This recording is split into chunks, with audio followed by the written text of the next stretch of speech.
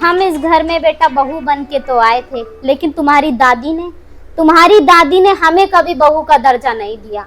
उनके लिए तो तुम्हारे बड़े पापा अमिताभ बच्चन, बड़ी मम्मी जया बच्चन और बाकी सारे तो रेखा बन के आई थी, रेखाओं में ही रह गई। अब तुम्हारे बड़े पापा ने लात मारा है, तब तुम्हारी दादी को रियलाइजमेंट हुआ है कि हमारे बच्चे भी हैं दूसरे, तब तुम लोगों को पूछ रहे हैं। लेकिन बचपन में उनकी मजाल है जो तुम्हें पूछ ले।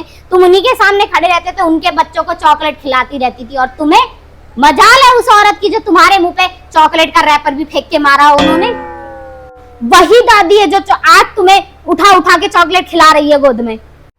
जितना इस औरत ने हमको शादी के बाद सताया है ना, कोई और लड़की होती तो डिप्रेशन में चली जाती और वापस ना आती कभी लौट के।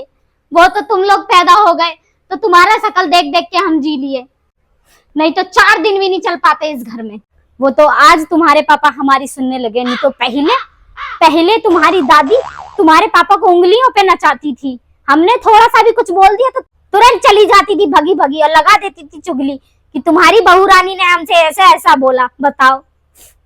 और तुम्हारे पापा भी तुम्हारी दादी के इशारों पे नाचते थे, कुछ नहीं बोलते थे। और फिर तो दिन रात झगड़ा चलता था हमारा। भग भग के जाती थी और चट से इनको भड़का देती थी कि ये औरत घर तोड़ना चाहती है। अरे बल्कि बेटा हम उसका मुंह तोड़ना चाहते थे उस औरत का, लेकिन क्या करें, आज तक हम तोड़ नहीं पाए हैं, हमसे हो नहीं पाया। अब देखो बेटा कैसे संत बन के बैठी है ये। ऐसी औरत थी नहीं बिल्कुल भी। तुम्हारे नाना जी आते थे तो उनका पानी पीना तक हराम कर देती थी ये औरत। बेचारे बुजुर्ग रो रो के जाते थे। तुम्हारे नाना जी हमसे बोल के जाते थे कि बिट्टो हमें माफ कर देना, हम तुम्हें इस नरक में झोंक दिए। बेचारे वो बुजुर्ग